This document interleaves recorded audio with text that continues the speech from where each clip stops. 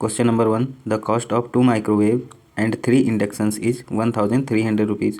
The cost of 3 microwave and 2 inductions is 1200 rupees. By how much rupees the cost of each induction is more than that of each microwave. 2 microwave और 3 inductions की cost price है 1300 रुपये. मान लेते हैं ये equation 1 है. और 3 माइक्रोवेव और 2 इंडक्शंस की कॉस्ट प्राइस है 1200 रुपये. मान लेते हैं ये इक्वेशन 2 है. ठीक. और उसने पूछा है माइक्रोवेव से इंडक्शंस कितने ज़्यादा हैं.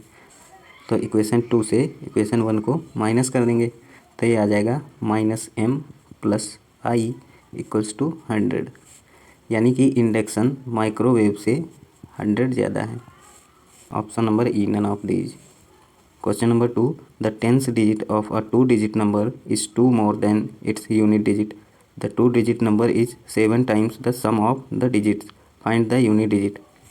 मान लेते हैं 2 डिजिट नंबर 10x + y है, जिसमें y यूनिट डिजिट है और x 10th डिजिट है.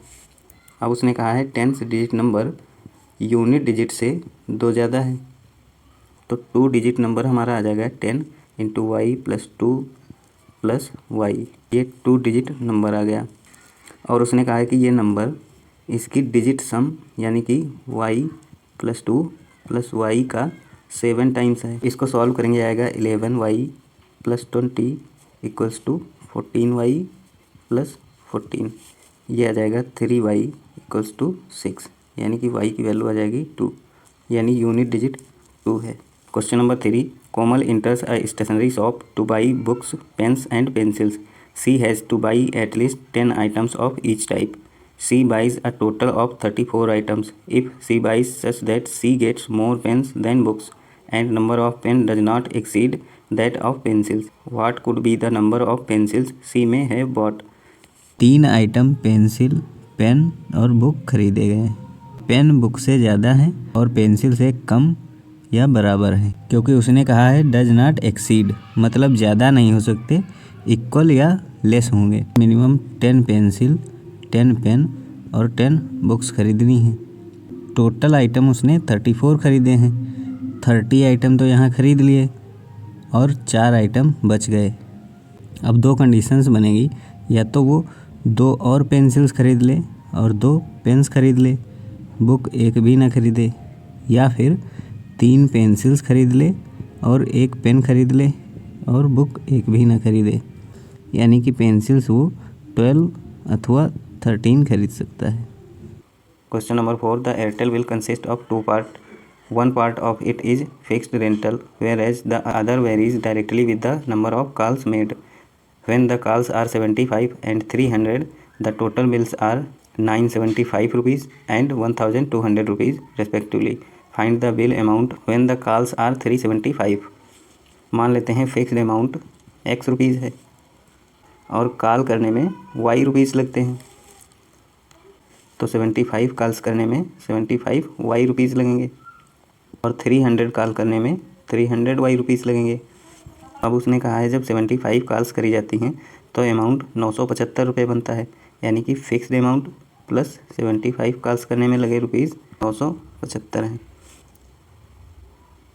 और 300 कॉल जब करी जाती हैं तो टोटल अमाउंट 1200 बनता है. यानी कि फिक्स्ड अमाउंट प्लस 300 कॉल करने में लगे रुपीज़ 1200 हैं. ठीक. दोनों इक्वेशंस को सॉल्व करेंगे, आ जाएगा 125y = 125. यानी कि y की वैल्यू आ जाएगी 1. यानी एक कॉल करने में 1 रुपया लगता है. अब हम यहाँ से फिक्स्ड अमाउंट निकालेंगे. ये कितना आएगा x + 75 × 1 = 975. यानी कि फ़िक्स्ड अमाउंट आ जाएगा 900 रुपये. और उसने पूछा है जब 375 कॉल्स करी जाती हैं तो कितना अमाउंट बनेगा. फ़िक्स्ड अमाउंट है 900 रुपये प्लस 375 कॉल्स करी जाती हैं और एक कॉल करने में 1 रुपये लगे. 375 कॉल्स करने में 375 रुपीज़ लगेंगे. ये टोटल अमाउंट आ जाएगा. यानी कि जब वो 375 कॉल्स करता है तो अमाउंट 1275 रुपये बनता है. Question number 5, a piggy bank contains equal number of 5 rupees, 2 rupees and 1 rupees coins. If the total amount in the bag is 1152 rupees, find the number of coins of each kind. मान लेते हैं 5 rupees के x coin थे ₹2 के x coin थे और ₹1 के x coin थे। टोटल अमाउंट आ जाएगा और ये दिया हुआ है 1152 रुपये। तो यहाँ से एक्स की वैल्यू आ जाएगी 144, यानी कि हर प्रकार के 144 कॉइन थे। Question number 6, a bag contains 2 red 4 yellow and 6 black balls. If 3 balls are drawn 1 by 1 with replacement, then what is the probability that all balls are black? 2 red ball हैं, 4 yellow balls हैं और 6 black balls हैं। तो total balls आ जाएंगी 12 और black balls हैं 6। तो black ball निकालने की प्रोबेबिलिटी आ जाएगी 6/12, यानी कि 1/2। चूँकि बॉल्स रिप्लेसमेंट के साथ निकाली जाती हैं, इसलिए तीनों ब्लैक बॉल्स निकालने की प्रोबेबिलिटी हो जाएगी 1/2 इंटू 1/2 इंटू 1/2, यानी कि 1/8। Option number D. Question number 7, in measuring the sides of a rectangular field, Rajan made an error of 6% and 5% in excess in length and breadth respectively. What is the percentage error in the area of rectangular field? Overall percentage change का formula होता है x plus y plus x into y upon 100। तो यहाँ पर आ जाएगा 6 plus 5 plus 6 into 5/100, यानी कि rectangular field की एरिया में परसेंटेज एरर 11.3% होगी। Question number 9, the average weight of a group of students decrease by 1 kg when some new student join the group. The strength of the new students is 1/4 of the existing number of students, and the total weight of the new students in the group is 209 kg. What will be the approximate new average weight of all students if it is known that the final number of students is always greater than 70 but less than 80? मान लेते हैं group में initial student 4x थे, तो joining student x होंगे, यानी total student आ जाएंगे 5x। और ये टोटल स्टूडेंट 80 से कम है और 70 से ज़्यादा है, यानी x की वैल्यू 16 से कम है और 14 से ज़्यादा है। x की वैल्यू 14 और 16 के बीच में लाई कर रही होगी। चूँकि x स्टूडेंट्स की संख्या है, इसलिए इसको पॉइंट में नहीं लेंगे। x की वैल्यू 15 होगी, यानी इनिशियल स्टूडेंट 4 इंटू 15 60 थे और ज्वाइनिंग स्टूडेंट 15 थे और टोटल स्टूडेंट 60 प्लस 15 यानी कि 75 हो जाएंगे।